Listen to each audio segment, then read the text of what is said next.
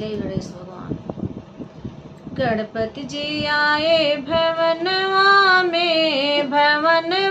में पूजा करब हम अंगनवा में। गणपति जी आए भवनवा में पूजा करब हम अंगनवा में।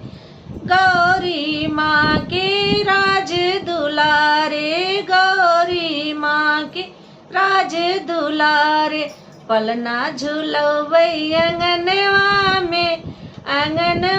में पूजा करब हम अंगनवा में। गणपति जी आए भवनवा में पूजा करब हम अंगनवा में।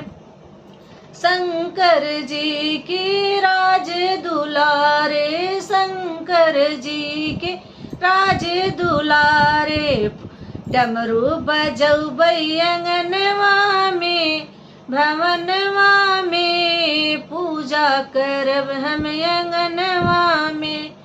गणपति जी आए भवनवा में पूजा करब हम अंगनवा में।